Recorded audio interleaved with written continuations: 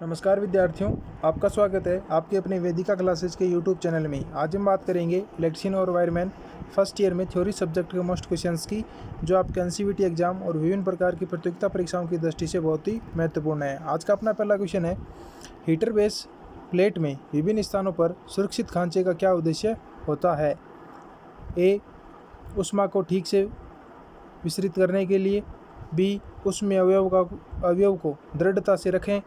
सी, पात्रों को हीटर की प्लेट पर मजबूती से रखें। डी, अपना हीटिंग अवयव को नुकसान से बचाएं। तो यहाँ पे अपना बी ऑप्शन राइट आंसर होगा। जो ऊष्मीय अवयव है या जो हीटिंग एलिमेंट है उसको दृढ़ता से बनाए रखना। नेक्स्ट क्वेश्चन अपना है, विद्युत केतली में सोल प्लेट का क्या उद्देश्य होता है? क्वेश्चन नंबर 1 है अपना ऑप्शन ए अपना संतुलित वजन के रूप में कार्य करता है। बी, अवयव के लिए कुचालक के रूप में कार्य करता है। सी, केतली बेस को नुकसान से बचाएगा। डी है, अवयव को कंटेनर के निकट संपर्क में रखेगा। तो यहाँ पे अपना डी ऑप्शन राइट आंसर होगा, अवयव को कंटेनर के निकट संपर्क में रखेगा। नेक्स्ट क्वेश्चन अपना है, माइक्रोवेव ओवन में प्रयुक्त मैग्नेट्रॉन ट्यूब का फिलामेंट वोल्टेज क्या होता है? 4 ऑप्शन अपने पास में 1.54 AC, बी अपने 2.0 वोल्टेज AC, सी अपना 3.0 वोल्टेज AC और डी अपना 3.2 वोल्टेज AC। तो यहाँ पे डी ऑप्शन अपना राइट आंसर होगा, 3.2 वोल्टेज AC। नेक्स्ट क्वेश्चन अपना है, रुक रुक कर चलने पर जूसर मिक्सर में क्या खराबी होगी? यानी जो जूसर मिक्सर होता है वो आपका रुक रुक के चल रहा है, तो उसके अंदर कौन सा दोष पाया जाएगा या कौन सा फॉल्ट उसके अंदर हो सकता है आपका? ए, फटा हुआ ब्रश। बी, आर्मेचर कुंडली खुली। सी, दोषपूर्ण कम्यूटेटर और डी आपका है छत्र कुंडलन आंशिक रूप से लघुपतित। तो यहाँ पे अपना ए ऑप्शन राइट आंसर होगा, यानी फटा हुआ ब्रशेज, यानी जो उसके कार्बन ब्रशेज है वो खराब हो चुके हैं। ए ऑप्शन यहाँ पे अपना राइट आंसर होगा। नेक्स्ट क्वेश्चन अपना है, एकल पंप मोटर में दोष क्या है यदि वह धीमी गति से चल रहा है? यानी जो सिंगल फेज की मोटर पंप होता है वो अपना अगर धीरे गति से कार्य कर रहा है तो उसके अंदर कौन सा फॉल्ट होगा? ए, दोषपूर्ण संधारित्र। बी, खुली वाइंडिंग। सी, स्टार्टिंग वाइंडिंग में लघु पतन। डी, आपका रनिंग वाइंडिंग में लघु पतन। तो यहाँ पे ये ऑप्शन पर राइट आंसर होगा कि जो आपका संधारित्र है वो दोषपूर्ण होने की वजह से आपकी सिंगल फेज पंप है या पंप मोटर है वो धीरे गति से कार्य करता है। नेक्स्ट क्वेश्चन अपना है, उपकरण के लिए एसी आपूर्ति प्रणाली में उदासीन पथ का क्या कार्य होता है?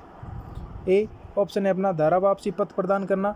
बी है वोल्टेज स्तर प्रदान करना और सी अपना है वायरिंग में वोल्टेज ड्रॉप को कम करना। डी अपना भार धारा को नियत रखना। तो यहाँ पे अपना ए ऑप्शन राइट आंसर होगा, धारा वापसी पथ प्रदान करता है। नेक्स्ट क्वेश्चन अपना है, माइक्रोवेव ओवन में मैग्नेट्रॉन ट्यूब का क्या कार्य है? जिसे अपन देखें, ए, माइक्रोवेव सिग्नल को बढ़ाता है। बी, हर आधे चक्र में ध्रुवता बदलती है। सी, दोलन व खाना पकाने की आवृत्ति का उत्पादन करता है। डी आपका है माइक्रोवेव ऊर्जा को विद्युत ऊर्जा से परिवर्तित करता है।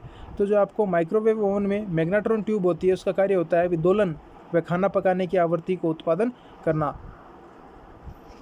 नेक्स्ट क्वेश्चन अपना है, गीली चक्की में किस प्रकार मोटर का उपयोग किया जाता है? ए आपका यूनिवर्सल मोटर। बी आपका रिपल्सन मोटर। सी आपका capacitor start induction run motor. D आपका capacitor start capacitor run motor. तो यहाँ पे अपना सी ऑप्शन राइट आंसर होगा, capacitor start induction run motor का प्रयोग किया जाता है। नेक्स्ट क्वेश्चन अपना है कि सर्किट का नाम क्या है? यानी आगे आपको एक सर्किट डायग्राम दे रखा है और पूछा है ये सर्किट का नाम क्या है, ये किससे संबंधित सर्किट है आपका? ए, इलेक्ट्रॉनिक पंखा नियामक। बी, इलेक्ट्रॉनिक वोल्टेज गुणांक। C, electronic voltage stabiliser. D, SCR का इलेक्ट्रोनेटिक ट्रिगर सर्किट। तो यहाँ पे अपना ए ऑप्शन राइट आंसर होगा, इलेक्ट्रॉनिक पंखा नियामक, यानी जो पंखे का रेगुलेटर होता है उससे संबंधित आपको सर्किट डायग्राम दर्शाया गया है। नेक्स्ट क्वेश्चन देखेंगे, उच्च आवृत्ति अनुप्रयोग के लिए किस प्रकार के ट्रांसफार्मर का प्रयोग किया जाता है? ए अपना है रिंग कोर ट्रांसफार्मर। बी है फेराइड कोर ट्रांसफार्मर। सी है silicon steel core transformer. D है राव अनुमुख कोर ट्रांसफार्मर। तो बी ऑप्शन यहाँ पे अपना राइट आंसर होगा, फेराइड कोर ट्रांसफार्मर का प्रयोग किया जाता है। नेक्स्ट क्वेश्चन अपना है, एक आदर्श ट्रांसफार्मर में प्राथमिक वोल्टेज व मध्यम वोल्टेज के बीच क्या संबंध होगा? तो 4 ऑप्शन आपके पास में उसमें से आपको पता है ए ऑप्शन राइट आंसर होगा, जिसमें ई बराबर वी, यानी जो प्राथमिक ईएमएफ है उसका मान प्राथमिक वोल्टेज के बराबर होगा तथा द्वितीयक जो ईएमएफ है उसका मान द्वितीयक वोल्टेज के बराबर होगा। यानी आपको पता है जब वोल्टेज प्रभावित किया जाता है तो उसके अंदर ईएमएफ पैदा होता है, जिसे अपन ई से डिनोट करते हैं।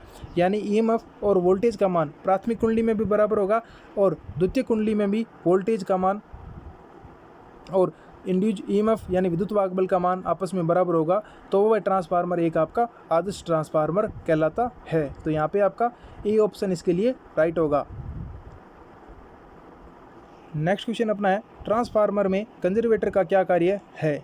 ए नमी के प्रवेश को रोकता है, बी वायुमंडल में ऊष्मा को स्थानांतरित करता है, सी आंतरिक दबाव छोड़ने की अनुमति देता है, डी है लोड भिन्नता के कारण तेल स्तर के विस्तार की अनुमति देता है। तो यहाँ पे आपका डी ऑप्शन राइट आंसर होगा, लोड भिन्नता के कारण तेल स्तर के विस्तार की अनुमति देता है, जो आपका कंजर्वेटर है। नेक्स्ट क्वेश्चन अपना है, शॉर्ट सर्किट टेस्ट द्वारा ट्रांसफार्मर की किस हानि का निर्धारण किया जाता है? ए ताम्र हानि, बी विंडेज हानि, सी हिस्टेरिसिस हानि, डी अपनी एडी करंट लॉसेस। तो यहाँ पे आपका ए ऑप्शन राइट आंसर होगा, शॉर्ट सर्किट द्वारा कॉपर लॉसेस को अपन ज्ञात कर सकते हैं।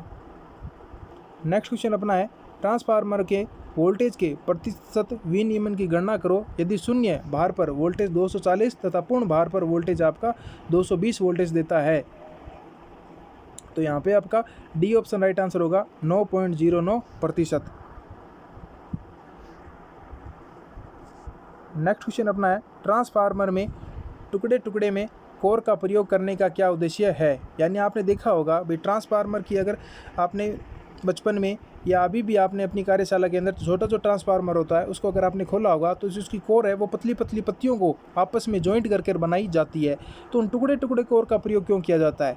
ए आपको कॉपर लॉसेस को कम करने के लिए, बी आपका हिस्टेरिस लॉसेस को कम करने के लिए, सी आपका मैकेनिकल लॉसेस को कम करने के लिए, डी आपका एडी करंट लॉसेस को कम करने के लिए। तो यहाँ पे आपका डी ऑप्शन राइट आंसर होगा, भंवर धारा हानियों को कम करने के लिए ट्रांसफार्मर की कोर को टुकड़े टुकड़ों के अंदर तैयार किया जाता है पतली पतली पत्तियों के द्वारा। नेक्स्ट क्वेश्चन अपना है, ट्रांसफार्मर की शीतलन विधि क्या है? यानी आगे एक ट्रांसफार्मर की शीतलन विधि का डायग्राम दिखाया गया है और ये कौन सी विधि है इसका नाम पूछा गया है।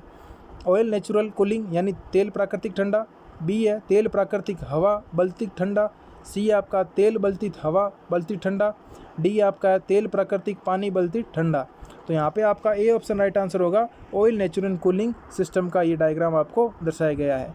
ये थे आज के कुछ महत्वपूर्ण क्वेश्चंस जो आपके विभिन्न प्रकार की प्रतियोगिता परीक्षाओं की दृष्टि से आपके लिए बहुत ही महत्वपूर्ण है। अगर आपको वीडियो अच्छा लगे तो लाइक शेयर जरूर करें। आप चैनल पे नए हैं तो चैनल को सब्सक्राइब करना ना भूलें। धन्यवाद।